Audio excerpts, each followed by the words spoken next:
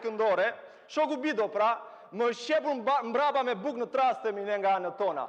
Për çdo fjalë që them unë kundër Edi Ramës, shoku Bido nxjerr nga këto hartat e tij të mëdhaja që i nxjerr nga xhirizet e arkivave ku bënte dikur komandantin. Tani, baballarët e këtyre kuadrove të ish partisë punës, në atë kohë të rrasnin në hetuesi dhe të vërshonin prejnët e akuzave. Me familje, me njollan biografi, përgjigju të thoshin, pse qeshe kur u kollit shoku Enver? Përgjigju pse ke xhaxhan të aratisur?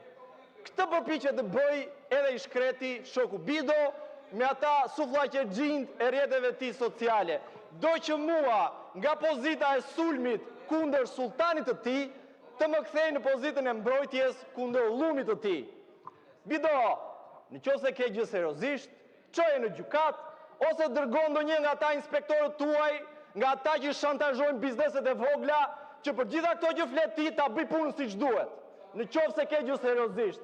Veç se unë ty o Bido, jo që s'të marr seriozisht edhe pse ma jep mundësinë e replikës për çdo herë, po ti nuk më dukesh as si ata maskaren që ishin hetues në kohën e Enverit.